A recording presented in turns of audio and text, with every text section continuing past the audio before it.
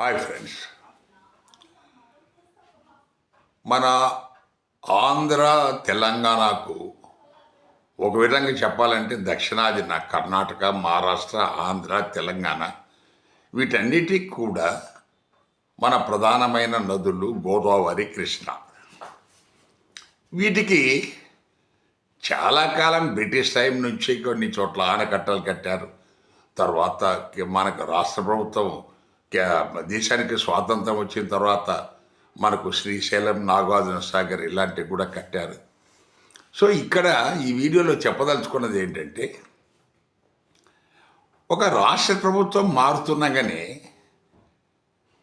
ఈ నదీ జలాల సమస్యలు కొత్తవి పుట్టుకొస్తున్నాయి.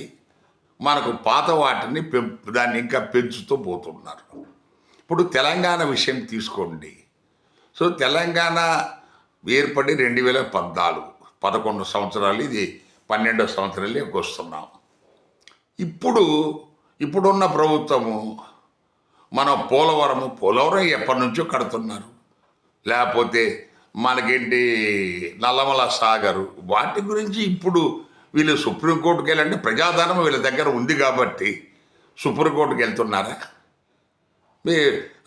ఇప్పుడు దీంట్లో ఆఖరికి ఏం కాకపోతే అనవసరంగా వాళ్లకు వందల కోట్ల రూపాయలు లాయర్ ఫీజులు పోతాయి. సో మీ సొమ్ము కాదు కదా, ప్రజల సొమ్ము. అది ఇంకో కార్యక్రమానికి పనికొస్తుంది కదా.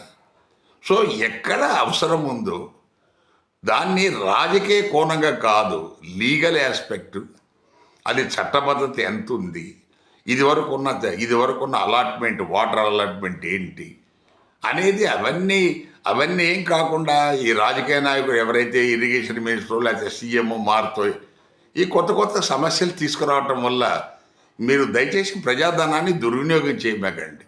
మనకి ఇంతకుముందున్న ఏపీ గవర్నమెంట్లో ఈ ప్రజాధనం ఎంత దుర్వినియోగమైంది కోట్లకు అందరికి తెలుసు.